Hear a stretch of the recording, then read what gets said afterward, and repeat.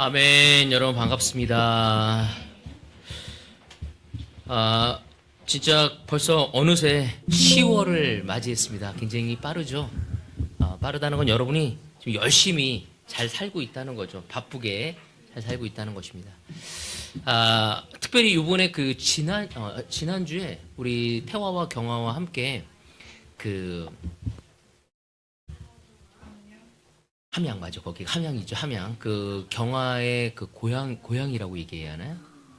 고향 근처죠. 그래서 그곳에 가서 함께 시간을 보는데 이제 거기가 굉장히 잘 조성되어져 있는 그 공원이 있어요. 그래서 이제 맨발 걷기를 하자고 해서 아침 7시 반에 차를 태화가 저희를 태워서 경화와 함께 그곳에 갔습니다. 근데 정말로 너무너무 예쁘고 가을이 돼서 그런지 몰라도 꽃도 많이 있었고요. 아주 좋은 나무들도 많았고 그래서 맨발 걷기에서 양발을 벗고 신발을 들고 이제 걷기 시작했습니다.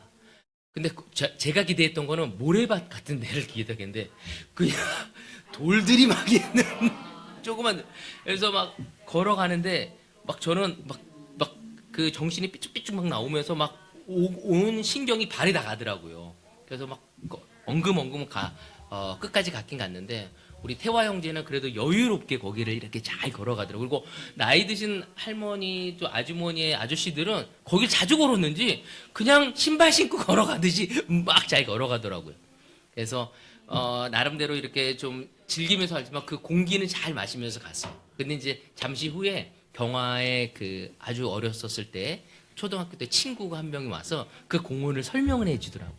그래서 진짜 그 수많은 그 연꽃이 하나인 줄 알았더니 연꽃이 한 30가지 되는 것 같아요. 거기에 그 다양한 연꽃에 대해서 설명해주고 거기에 또 상상화라고 하는 꽃에 대해서도 설명을 해주고 근데 거기에 있는 거기가 이제 지리산 자락에 있는 그 공원이거든요. 그래서 거기에 그 공원에 그 지리산에 있는 모든 아주 좋은 나무들을 제가 맨발 걷기 하는 곳에 쫙 깔아놨다는 거예요. 그래서 그 나무들을 봤냐고. 그래서 제가 나무를 봤냐고. 나무는 전혀 못 봤죠. 이제 제가 다리에 신경 써서.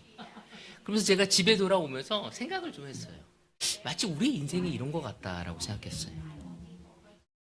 하나님은 우리 주변에 너무 아름다운 것들을 많이 만들어 놓으셨는데 즐겨야 할 것들이 너무 많은데 지금 내 앞에 있는 수많은 놓여져 있는 환경과 상황들, 문제들에 초점을 너무 맞춘 나머지 내 주변이 얼마나 놀랍고 아름답고 좋은 것들이 많은지를 그냥 놓치고 그래서 내가 다시 한번 가야겠다라고 생각을 했어요. 거기에 그 나무들이 굉장히 경아 어렸을 때 그 친구분이 잘 설명을 해주면서 와 그런 좋은 나무들이 주변에 쫙 깔렸었구나. 발이 아플 때 나무가 무슨 나무지? 그래서 그냥 걸어갔는데 그걸 보면서 정말 우리의 인생에 있어서도 정말 내가 좀 바쁘고 힘들고 어렵다 할지라도 내 주변을 좀 살펴보면서 내 나이에 또 내 환경에 주어진 것들에 누릴 수 있는 자유를 누리면서 내가 살아가는 것이 얼마나 필요한지에 대해서 새삼 다시 한번 좀 느낄 수 있는 시간이었습니다. 이 10월 여러분의 삶에 있어서도 잠시 천고마비의 계절이라고 하지 않습니까? 말이 살찌고 하늘이 높다고 얘기하고 있어요. 그래서 여유로운 시간이라는 거죠. 그만큼 이 10월을 진짜 아름다운 이 10월을 마음껏 즐기라고 여러분한테 권하고 싶습니다. 오늘 이 첫 예배를 드리면서 이 10월 우리 김상정 형제가 이야기 나눴던 것처럼 우리 4분기 첫 시작의 첫 예배인데 그 예배를 드리면서 우리의 영혼을 좀 열어놓고 정말 하나님이 주신 것을 즐기면서 우리가 마음껏 하나님을 찬양할 수 있는 마지막 분기가 되어지기를 바라고 싶습니다. 아멘. 오늘 제가 여러분과 나누고 싶은 말씀은요. 예수를 배척한 사람들입니다. 예수를 배척한 사람들. 오늘 제가 이 말씀을 준비하게 된 것은 지난주 목요일날 저희들이 사랑하고 아낀 한 자매 사실은 나이가 비슷한 자매였기 때문에 먼저 하늘나라 간 것이 좀 마음에 많이 아팠습니다. 특별히 그 신은영 자매는 저희 결혼식 때 제 아내의 들러리로 또 썼던 자매거든요. 그래서 24년 전에 한 25년, 27년 전에는 이대 미니스트리에서 이대생이었는데 너무 열심히 저희와 함께 캠퍼스 미니스트리를 도왔던 자매입니다. 그래서 아내가 가서 사실 쓰러진 지 한 2년 정도 됐어요. 그래서 많은 사람들이 기도해달라고 했고 많은 사람이 기도를 했고 그래서 기적이 이루어지길 원했지만 끝내 하나님 곁으로 갔습니다. 갔었을 때 제 아내는 많이 울더라고요. 왜냐면 그 예전 기억하면서. 근데 2년 동안 그 병원에 갈 수 있는 기회가 몇 번 있었는데 제 아내는 안 갔어요. 이유가 뭐냐면 도저히 못 보겠다고 하더라고요. 그래서 마지막을 보낸 가족들과 함께 시간을 보내고 격려를 하고 내려왔습니다. 근데 제가 거기서 참 격려를 받았던 것 중에 하나는 그의 남편과 아이들이 그 장례식에 참으로 밝았어요. 2년 동안 마음의 준비도 한 것도 있었고 그들의 믿음 속에 우리 엄마가 내 아내가 이제는 더 이상 고통에서 벗어나서 지금 하나님 곁에 있다고 조문을 드리고 내가 인사를 나눴을 때 위로를 하려고 했었을 때 오히려 저한테 위로를 주더라고요. 이제 은영이는 하나님 곁에 있어요. 근데 저는 그 이야기를 들으면서 마음이 굉장히 울컥하더라고요. 그리고 2년 동안 살아나길 너무 기도했지만 근데 하나님의 뜻에 의해서 가게 됐다. 그래서 죽음이 나에게 멀리 있지 않구나라는 것을 새삼 느끼게 되었습니다. 동시에 나와서 잠시 마음의 안정을 갖기 위해 나왔을 때 다른 장례식에선 곡소리가 나고 왜! 막 싸우고 이런 일이 있더라고요. 믿음을 끝까지 지킨 사람의 장례식과 믿음을 잃어버린 사람의 장례식은 너무나 차이가 컸습니다. 그래서 저는 우리가 예수님을 끝까지 나의 삶의 주님으로 안고 우리의 인생을 이 삶을 허락된 나의 삶을 마감하는 것이 얼마나 중요한 것인지를 새삼 느끼게 되었습니다. 왜 예수님을 사람들은 배척하였을까? 오늘 여러분은 예수님을 배척하고 있지는 않습니까? 한번 우리는 고민해 봐야 합니다. 오늘 이 말씀이 여러분에게 격려와 다시 한번 우리의 믿음이 어디 있는지를 살펴볼 수 있는 시간이 되어지길 바라면서 이 말씀을 시작하고 싶습니다. 마가복음 6장 1절에서 3절입니다. 예수께서 거기를 떠나서 고향에 가시니 제자들도 따라갔다. 예수님이 고향이 어디죠? 나사렛이죠. 바로 예수님은 그곳에 가셨습니다. 안식일이 되어서 예수께서 회당에서 가르치기 시작하셨다. 많은 사람이 듣고 놀라서 말하였다. 이 사람이 어디서 이런 모든 것을 얻었을까? 이 사람에게 있는 지혜는 어떤 것일까? 그가 어떻게 그 손으로 이런 기적을 일으킬 수 있을까? 이 사람은 마리아의 아들 목수가 아닌가? 그는 야고보와 요셉과 유다와 시몬의 형이 아닌가? 또 그의 누이들은 모두 우리와 같이 여기에 살고 있지 않은가? 그러면서 그들은 예수를 달갑지 않게 여겼다. 이 본문은 예수께서 자신의 고향 나사렛에서 그 고향 사람들로부터 배척당하는 그 사건을 기록하고 있습니다. 예수를 가장 잘 알고 예수의 능력과 말씀을 가장 많이 접할 수 있는 사람들이었죠.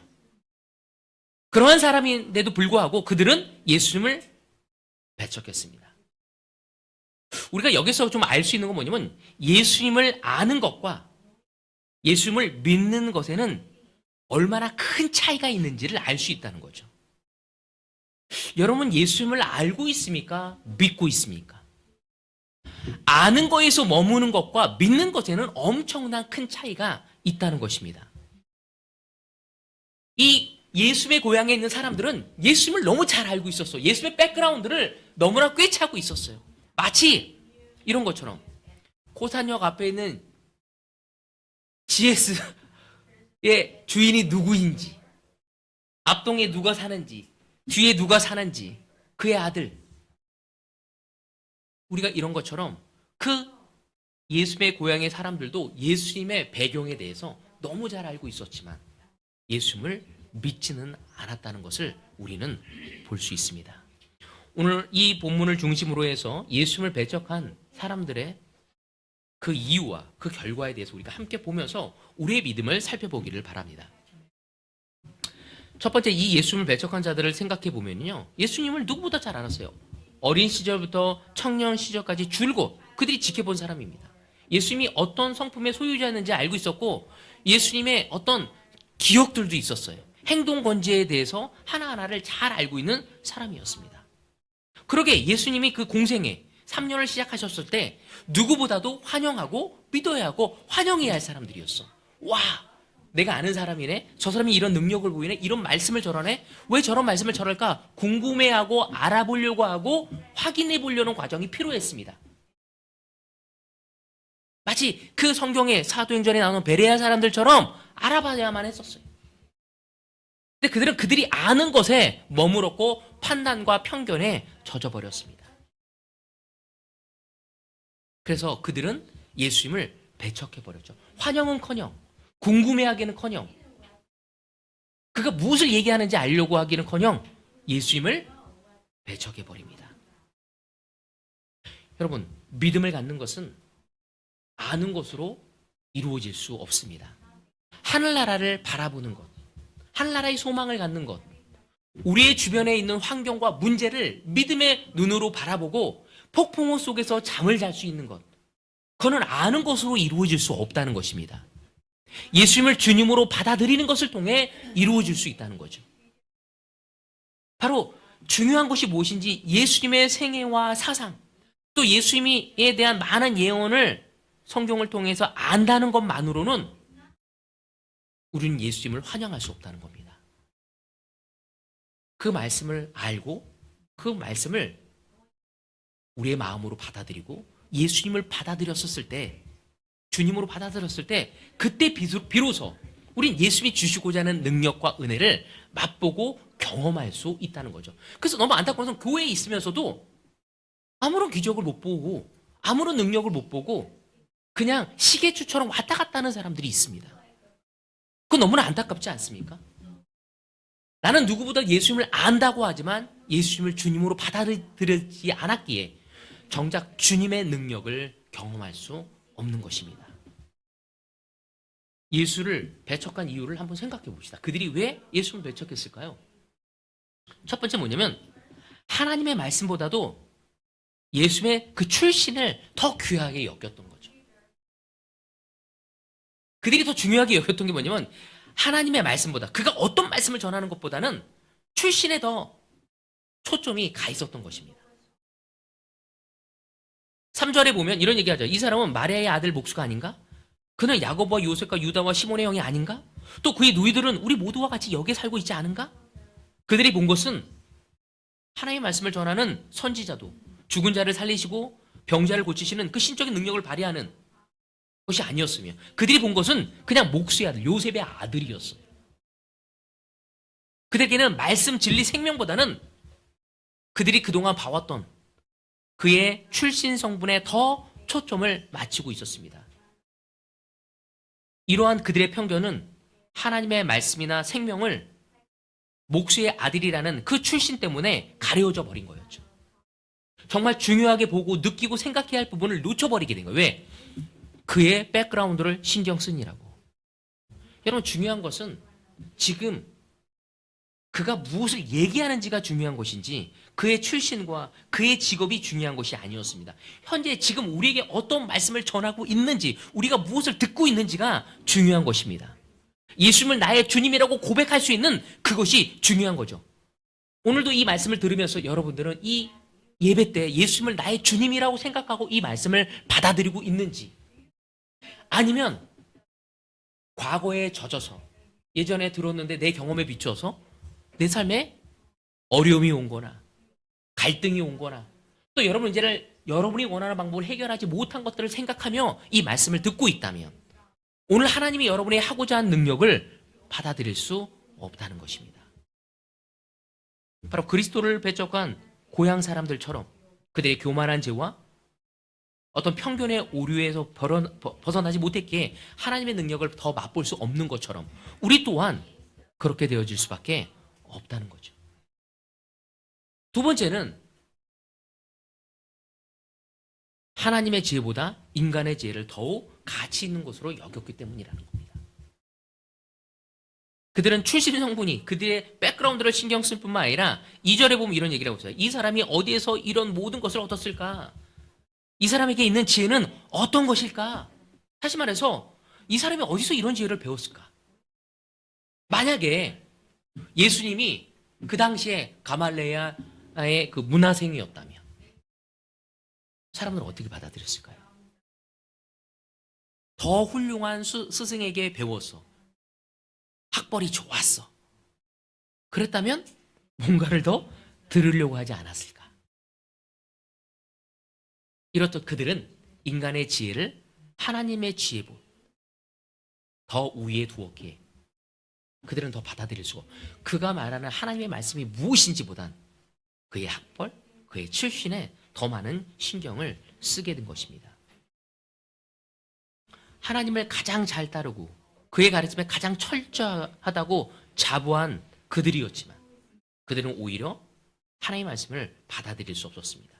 너무 안타까운 것은 성경에 이런 얘기를 하고 있잖아요. 고린도전서 1장 25절에 보면 하나님의 어리석음이 인간의 지혜보다 더 지혜롭다고, 그리고 하나님의 약함이 인간의 강함보다 더 강하다고. 그러니까 하나님이 어리석고 하나님이 약할 때 할지라도 인간의 강함보다 그 더 강하시고 더 지혜롭다고 이야기하고 있는 거예요. 근데 우리는 어떻게 생각합니까? 마치 우리의 지혜로움과 우리의 강함이 하나님보다 낫다고 생각하면서 갈 때가 너무 많다는 거죠. 인간적인 관점으로 바라보는 것입니다. 만약에 예수님이 더 정말 놀랍게 언어적인 유의를 통해서 사람들에게 설득하려고 했고, 예수님이 근데 말하는 거 거의 다 보면은 아주 죄인이고 못 배운 사람 모두가 받아들일 수 있는 언어로 이야기하셨거든요. 근데 예수님이 그들이 못 알아듣는 아주 철학적이고 언어적인 유의를 통해서 그들에게 전했다면 제가 어떻게 저런 말을 할까? 예를 들었었을 때도 더 현학적이고 정말 더 지적인 걸로 뭔가를 얘기했다면 좀 궁금해 여겼을 수도 있었을 거예요. 그렇지만 너무 쉬운 말로 예수님이 얘기할 때 거의 다 그들이 농경선이가 농경의 비유를 통해서 주변에 있는 거를 통해서 설명을 하게 되거든요. 그러니까 그들이 받아들이지 않게 된 거죠. 우리가 한 가지 알아야 할 게 무엇인지, 여러분 아무리 배운 것이 없다 할지라도 거기에 철학적이고 또 학력적이고 더 지적인 것이 없다 할지라도 그것이 하나님의 말씀이라면 우리는 받아들일 수 있는 겸손함이 필요합니다. 오늘 여러분에게 물어보고, 여러분의 주변에 있는 형제자매들이 여러분의 말씀을 전할 때 여러분은 어떻게 반응하고 있습니까? 이 예수의 고향 사람들처럼 나 너 알아, 너 교만하잖아, 너 게을렀잖아, 너 이럴 때 믿음이 없었잖아, 그거를 이야기하면서 그들이 이야기하는 것을 그 말씀이 하나님의 말씀인지를 귀를 기울이기보다는 그 형제의 과거의 실수나 죄를 생각하며 거부하고 있지는 않습니까? 바로 2000년 후에 예수님은 우리 형제 자매들의 입술을 통해 하나님의 말씀을 여러분에게 전하고 있습니다. 너무 안타까운 건 교회가 좀 어려워지면요, 형제 자매들의 말씀을 잘 안 듣습니다. 이제 나는 너를 알아 라고 이야기가 되어놓은 거죠. 여러분, 그 사람의 배경이 아니라 그가 무엇을 이야기하고 있는지가 더 중요하다는 것입니다. 예전처럼 우리가 서로가 예수님을 닮을갈수록 도와주는 데서 쉽습니까? 어렵습니까?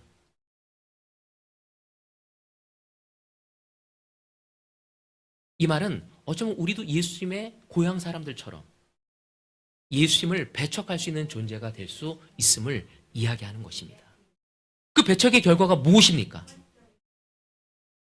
예수님은 요셉의 아들, 목수의 아들이었다고 예수님을 받아들이지 않은 게 아니라 창조주 하나님을 배척한 것입니다. 너무나 아이러니한 것은 그들은 삶의 여러 가지로 문제로 인해서 고통스러워하고 있고 그 문제를 해결하기 위해 동분서주 돌아다니면서 열심을 기울이고 노력을 기울이고 있으면서 갈등하고 있는 삶을 가져가고 있는데 예수님이 와서 그걸 해결해 주려고 하고 있어. 그런데도 불구하고 거부하는 것이죠. 오늘 우리는 우리 주변에 있는 영적인 형제자매들이 여러분의 삶에 가서 무엇인가 하나님의 말씀으로 이야기하려고 할 때 그걸 받아들이기보다는 그냥 여러분의 힘으로, 여러분의 경험으로, 여러분의 감정으로 해결하려고 하고 있지는 않습니까? 언제 여러분은 여러분의 삶의 고민을 믿음의 형제자매들에게 가서 열고 도움을 받고자 하고 있습니까?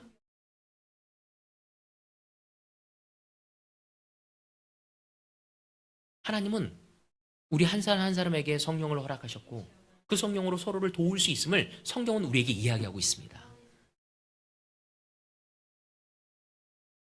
여러분, 우리가 예수를 배척하지 않고 끝까지 믿음을 가져가기 위해선 서로가 필요함을 인정해야 합니다. 서로에게 마음을 열고 도움을 받아야 합니다. 그가 어떤 죄에 넘어졌던, 그가 어떤 실수를 했던, 그가 하나님의 말씀을 갖고 사랑으로 우리에게 다가온다면 우리는 마음을 열고 주님이 나에게 무엇을 말씀하시는지를 생각해 볼 수 있어야 한다는 것이죠. 그들의 교만의 죄와 편견의 오류로 인해서 그 나사렛 있는 그 고향 사람들은 예수님에게 능력을 받을 수 없었습니다. 저는 우리 교회가 그렇게 되어지지 않기를 원합니다. 여러분이 그렇게 되지 않고 제가 그렇게 되지 않기를 바라고 싶습니다. 계속 같이 보도록 하겠습니다. 4장 6절에서 4절에서 6절. 그래서 예수께서 그들에게 말씀하셨다. 예언자는 자기 고향과 자기 친척과 자기 집 밖에서는 존경을 받지 않는 법이 없다. 예수께서는 다만 몇몇 병자에게 손을 얹어서 고쳐주신 것밖에는 거기에서는 아무 기적도 행하실 수 없었다. 그리고 그들이 믿지 않는 것에 놀라셨다. 그리고 예수께서는 마을들을 두루 돌아다니시며 가르치셨다. 여기에 1절에서 6절까지 다 내용을 보면 예수님이 고향에서의 초대했던 그 일은 실패였나요? 성공이었나요? 실패로 끝났다 해도 과언이 아닙니다. 그렇지 않습니까? 사람들은 예수의 가르침을 듣고도 놀랬어요, 굉장히. 어디서 이런 능력이 나온 거지? 어디서 이걸 배운 거지? 그렇지만 믿으려고 하지 않았습니다. 그래서 예수님은 자신의 그 가르침을 믿는 그 소수들, 몇몇 사람들에게만 기적을 보이시고 다른 마을로 가셔서 계속 말씀을 전하셨습니다. 우리는 4절에서 6절을 보면서도 우리가 정말 배워야 할 것이 있습니다. 우리의 삶에 있어서. 첫 번째 뭐냐면 복음의 전파의 실패로 봐서는 안 되는 거죠. 그러니까 때로는 이 4절에 보면 이런 얘기를 하고 있습니다. 예언자는 자기 고향과 자기 친척과 자기 집 밖에서는 존경을 받지 않는 법이 없다. 이 말씀은 예수님께서 자기 고향에서 복음의 전파의 사역을 실패하고 나서 경험하고 나서 하신 말씀이거든요. 그러니까 예수님은 이처럼 복음을 전하면서 실패할 때가 많았다는 거예요. 잘 받아들이지 않은 사람이 많았어요. 예수님의 공생의 3년 동안 말씀을 전할 때 예수님을 돌로 치려는 사람도 있고 외면한 사람들도 많았습니까? 적었습니까? 많았어요. 예수님을 환영한 사람들도 많았지만 배척한 곳도 많았습니다. 그분은 많은 생명의 위협과 조롱의 핍박을 받고 끝내는 십자가에 못 박기까지 우리를 사랑하신 분이 바로 그분이시거든요. 그렇지만 그분의 전체적인 생애를 봤을 때 우리는 실패자라고 얘기하나요? 아니잖아요. 예수님이 배척을 당했건 거부를 당했건 받아들이지 않았건 예수님의 삶을 실패자라고 이야기하지 않습니다. 배척을 받았다 할지라도 그의 메시지는 진리였습니다. 여기서 우리는 받아들여야 할 교훈이 있는 게 뭐냐면 진리는 항상 세상으로부터 배척을 당한다는 거야. 그러니까 우리가 진리를 전할 때 우린 진리이기 때문에 받아들여야 한다고 생각해. 그러니까 영크리스찬들 때 제가 이해가 안 간 게 뭐냐면 이게 진리인데 왜 안 받아들여? 근데 진리인데도 불구하고 받아들이지 않는 사람들이 있다는 거죠. 우리의 말씀이 진리가 아니기 때문에 사람들이 받아들이지 않는 것이 아니라 진리임에도 불구하고 하나님의 아들 예수님이 말씀을 전하는데도 거부할 수 있다는 거죠. 배척당할 수 있다는 거예요. 그래서 말씀을 전하다가 실패할 수도 있다는 거죠. 그렇지만 그것이 실패가 항상 뒤따를 수 있다는 겁니다. 배척과 실패는 항상 따를 수 있다는 거예요. 왜? 예수의 삶에도 이루어졌기 때문에. 심지어 예수님의 수제자 중에서 12명 중에서 한 명은 예수님을 배신합니다. 내가 올드 크리스찬들한테 이야기를 할 때 제자 삶에서 가장 어려운 게 무엇입니까? 라고 물어봐요. 그럼 뭐라고 얘기하게요? 거의 대부분이 맞아요. 배신이에요, 배신. 배신이거든요. 내가 사랑을 이렇게 줬는데 어떻게 이렇게 반응하지? 그럼 우리가 사랑을 주고 정성을 주고 믿음을 주고 헌신을 준 형제 자매들이 떠날 수 있어요. 근데 참 재밌는 건 그들이 떠날 때 우리의 믿음도 떠날 수 있다는 거죠. 하지만 예수님은 그러지 않으셨다는 거예요. 예수님은 복음의 사역을 멈추지 않았다는 거예요. 전 너무 큰 경험이었어요. 저는 때로는 내가 온갖 정성으로 사랑 주고 마음을 주고 내가 예수님이 아니지만 그래도 최선을 다했어. 근데 나의 단점을 보고 공격을 하고 나를 업신여기고 떠나버렸을 때 다른 사람을 사랑하기가 두렵습니다.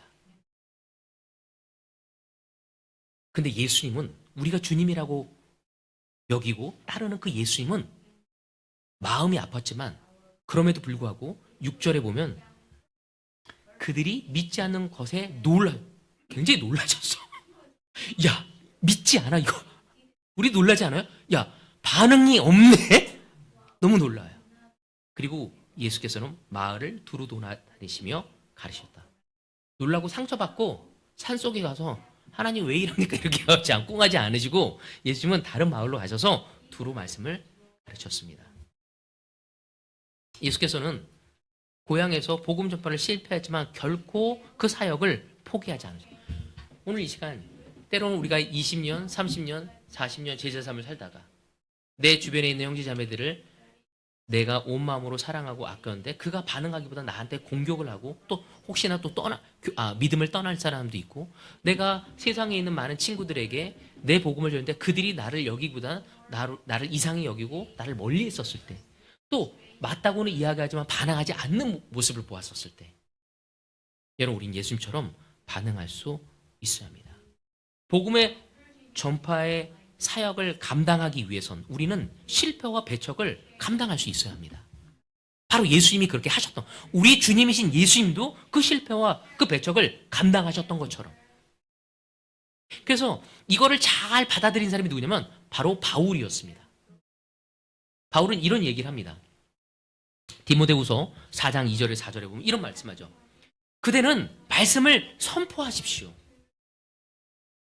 바로 케르그마 하나님의 말씀을 선포하라고 얘기하고 있습니다. 그러면 뭐냐면 기회가 좋든지 나쁘든지 꾸준하게 힘쓰십시오. 때가 좋던 때가 나쁘던 상관하지 말고 꾸준히 뭐라고요? 힘써야 한다고. 바울이 디모데에게 이 이야기를 한 건 뭐냐면 기회가 좋을 때도 있고 나쁠 때 있을 때 우리의 감정에 의해서 우리가 오락가락하며 우리가 말씀을 전하고 싶지 않을 때가 옳다라는 거죠.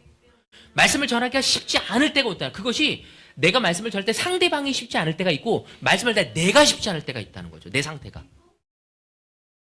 그거와 상관없이 너희는 힘을 써야 한다고 얘기하고 있습니다.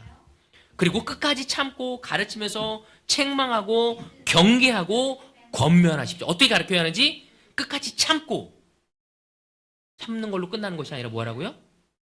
가르치고 책망하고 경계하고 권면하라고 얘기하고 있습니다. 때가 이르면 바울은 이런 얘기예요. 때가 이르면 사람들이 건전한 교훈을 받으려고 하지 않고 건전한 교훈을 어떻게 한다고요? 받아들이려고 하지 않는데요. 건전한 교훈은 하나님의 말씀이거든요. 우리가 참고 가르치고 책망하고 경계하고 권면했었을 때 그들은 그 건전한 교훈을 받아들이려고 하지 않을. 여러분 그런 경험 없습니까? 여러분의 주변에 있는 형제 자매들에게 여러분의 주변에 있는 친구들에게 말씀을 전할 때 저는 그런 적 있어요. 하나님 말씀을 전하고 옳지 않아서 옳지 않다고 얘기했을 때 그 자리를 박차고 나간 형제들도 있었어요. 그럼 제가 어떻게 해야 할까요? 아 정말 인간 말종이다. 제자가 어떻게 저래? 상종을 말자. 예수는 그렇게 하지 말래요. 참고 가야 한대요. 그들이 어떻게 하냐면 사람들이 건전한 교훈을 받아들이지 않고 자신들의 귀를 즐겁게 하는 말을 들으려고 자기네 욕심에 맞춰 스승을 모아드릴 것입니다. 뭐예요? 자신을 플리즈할 수 있는 자기의 욕심에만, 마치 하나님의 말씀을 자신의 어떤 드레스업하는 것처럼 나에게 맞는 것, 내 감정에 맞는 것. 어떤 사람은 지적인 말씀을 더 원해. 어떤 사람은 감정적인 터치를 더 원해. 어떤 사람은 강력한 도전을 주는 레슨을 원해. 나에게 맞는 거를 들으려고 돌아다니는 사람이 있어요. 그 말씀이 나에게 무엇을 주고 주님이 오늘 나에게 무엇을 요구하시는지를 생각하려고 하지 않고 내 성향과 내 뜻에 의해서 말씀을 보고 가려는 사람이 있는 거죠. 여러분의 주변에 그런 사람이 있습니까? 분명히 있을 것입니다. 그들은 진리를 듣지 않고 꾸민 이야기에 귀를 기울일 것입니다. 그들은 듣지 않고 꾸민 이야기가 뭘까요? 세상에 있는 원리나 원칙, 그들의 문화와 가치겠죠. 그건 절대적인 진리가 아닙니다. 그런데도 불구하고 그들은 거기에 더 귀를 기울일 것이라고. 예수님은 우리에게 모범을 보여줬죠. 많은 사랑과, 고향이니까 얼마나 많은 추억이 있습니까? 얼마나 더 많이 전하고 싶겠습니까? 얼마나 더 많은 것을 나누어 주고 싶고 아끼고 싶겠습니까? 하지만 그들에게 배척당할 때 예수님은 굉장히 마음이 아팠지만 그럼에도 불구하고 예수님은 끝까지 복음을 전하셨다는 것입니다. 5절에 보면 이런 얘기를 하고 있죠. 거기서는 아무 기적도 행하실 수 없었다. 저는 이 구절이 계속 되뇌어졌습니다. 사실은. 왜냐면 불신앙은, 믿지 않는 마음은요, 예수의 능력을 기대할 수 없다는 거예요. 예수의 능력을 볼 수 없다는 거예요. 예수의 크신 사랑과 그의 능력은 사람들의 그 불신앙 앞에서는 아무런 의미가 없다는 거죠. 우리가 믿지 않기로 내 교만과 내 생각이 가득 차 있다면 주님이 역사할 수 없다는 겁니다. 그의 어떠한 선의 의도도 불신앙 앞에서는 제한될 수밖에 없다는 것을 보여주는 거죠. 근데 이걸 묵상하다가 제가 생각한 게 뭐였냐면, 믿지 않으려고 하고 불신앙에는 아무것도 할 수 없지만 오히려 내가 하나님의 말씀에 마음을 열고 신앙을 갖고자 하는, 믿음과 갈망하는 마음을 갖고자 하는 사람에게는 모든 것이 가능하다는 거죠. 또 그래서 성경은 우리에게 그런 이야기를 계속 얘기하고 있습니다. 빌립보서 4장 13절에 뭐죠? 나에게 능력 주시는 분 안에서 나는 모든 것을 할 수 있다고 얘기합니다. 마가복음 9장에 보면은 정말 그 아버지가 자기 자식을 고쳐달라고 할 때 내가 믿음이 없다고 하니까 뭐냐? 할 수만 있다면 고쳐달라고 하니까 할 수만 있다면 무슨 말이냐고, 믿는 사람에게는 모든 일이 가능하다라고 얘기하고 있습니다. 이 말은 뭐예요? 우리가 할 수 없는 일이 있다면 그것은 우리의 연약한 믿음 때문이지 너희들이 믿음을 갖는다 모든 것이 가능할 수 있다는 것입니다. 마태복음 17장 20절에 보더라도 너희들이 겨자씨만한 믿음이 있다 할지라도 산을 옮길 수 있다고 이야기를 하고 있습니다. 불신앙은 믿지 않으려고 하고 내 감정과 내 생각에 차 있는 사람에게는 능력을 보여. 아무리 예수님이 와도 바꿀 수 없어.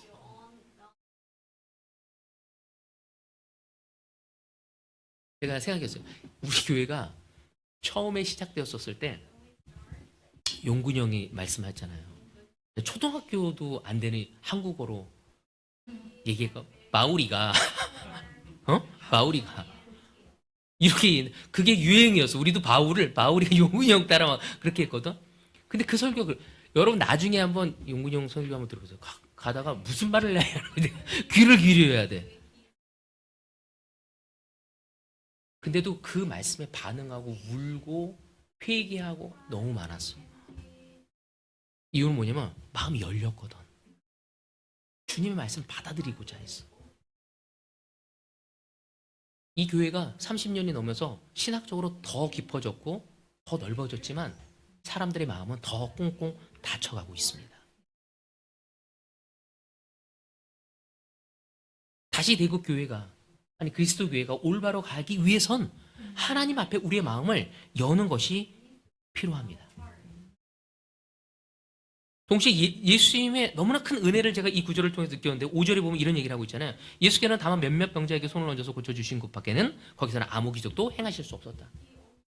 그래서 굉장히 큰 은혜를 느낀 게 뭐였냐면, 여기에서 여러분 한번 생각해 보십시오. 예수님은요, 사람들 전체 속에서 한 사람으로 보지 않고요, 각 개인을 인격적으로 대하신다는 걸 느낄 수 있어요. 예를 들어서 정말 그 노아 시대에 세상이 너무나 엉망이 돼서 하나님이 뭐라고요? 다 없애버리겠다고. 그죠? 노아는 어땠어요? 의로운 자였어요. 그는 살려주시잖아요. 소돔과 고모라를 생각해 보십시오.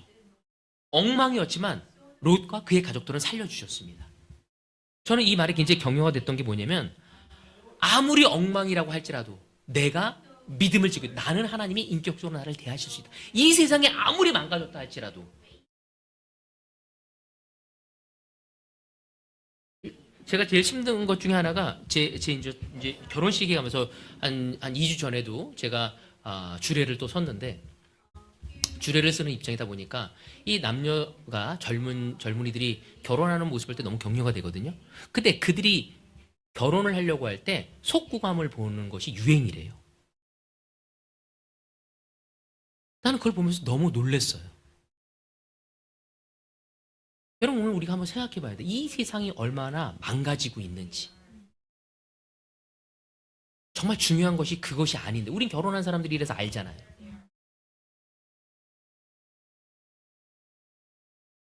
근데 세상은 그것이 마치 당연하듯이 보고 있고 인정하고 있어요.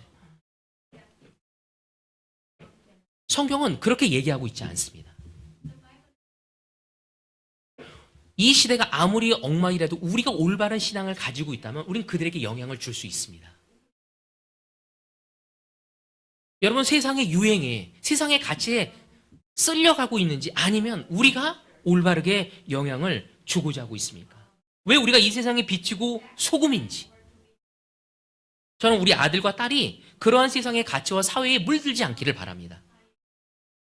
제 딸은 제자가 되었고 제 아들은 제자가 되지 않았지만, 그래서 그 이야기를 열심히 하고 있어. 때때로 우리 아들이 그런 이야기를 듣고 싶지 않아 할 때가 있습니다. 가끔 그 듣고 싶지 않을 때 저는 유혹을 느껴요. 얘가 하나님의 말씀을 듣길 원하지 않네. 그래서 타협하고 싶은 유혹이 생깁니다. 왜? 아들이 날 멀리할까 봐. 혹시 여러분이 여러분의 형제 자매들에게, 여러분의 가족들에게, 여러분 가까운 사람들에게 그런 유혹받지 않습니까? 싫어하니까 나누고 싶지 않아. 그렇다고 우리가 무지막지로 계속 하라는 거 아닙니다. 우리가 사랑과 격려의 동시에 주님의 말씀을 올바로 전할 수 있는 확신이 필요하다는 거죠. 꺾으려는 것이 아니라 진리의 말씀을 전할 수 있는 확신과 믿음이 필요합니다. 상황이 좋던 상황이 좋지 않건, 그가 받아들이든 받아들이지 않건, 진리 대신 다른 것으로 그가 무장하고 오던, 우리는 그들에게 하나님의 말씀을 전할 수 있어야 합니다. 그때 예수님은 놀라운 역사를 이룰 수 있습니다. 나사렛에 있는 그 동네 사람들은 예수님을 믿지도 않고 배척한 그 원인을 살펴보면, 그들이 예수님의 말씀을 전했었을 때 그 예수님의 말씀이 너무 놀랍다는 것도 알고 있었고 진리라는 것도 알았습니다. 또 예수님이 귀한 능력을 보이는 것도 알고 있었어요. 그러나 그들은 감동을 받지 않았습니다. 그 가르침에 깨달음도 없었습니다. 마음의 변화도 없었습니다. 왜일까요? 그 이유는 단 하나였어요. 마음의 문을 열지 않고 자신의 편견과 교만으로 무장되어 있었기 때문에 그들은 배워갈 수가 없었습니다. 그래서 끊임없이 좋은 기적과 능력과 이적과 놀라운 말씀이 선포되어도, 하나님의 말씀을 전한다 할지라도 그들의 생각은 뭐였냐면, 야, 그런 요셉의 아들 아니야. 야곱과 요셉과 유다와 시몬의 형제로만 보았던 것입니다. 오늘 이 시간 우리가 예수님을 주님이라고 믿고 있는 형제자매 여러분, 여러분의 말씀을 전하는 사람을 어떻게 바라보고 있습니까? 오늘 예수님이, 하나님이 그 사람을 통해서 여러분의 마음에 전하고 있음을 듣고 있습니까? 아니면 그냥 습관에 젖어서 내가 원하는 감정의 터치, 내가 원하는 성향의 것을 보고 내 경험에 비추어서 성경 말씀을 전하는 사람을 판단하고 있지는 않습니까? 여러분, 이처럼 사람들은 사물의 전체를 보지 못합니다. 드러난 모습, 보이는 부분, 공개된 환경만을 보고 너무나 쉽게 단정해 버립니다. 우리 또한 예수님을 주님으로 받아들이지 않을 때 그렇게 바라볼 수밖에 없다는 거죠. 그들은 예수님을 목수의 아들로만 알았지만 그분은 하나님의 아들이심을 알지 못했다는 것입니다. 오늘 우리는 그러한 무지한 사람이 돼서는 안 됩니다. 은영이의 가족처럼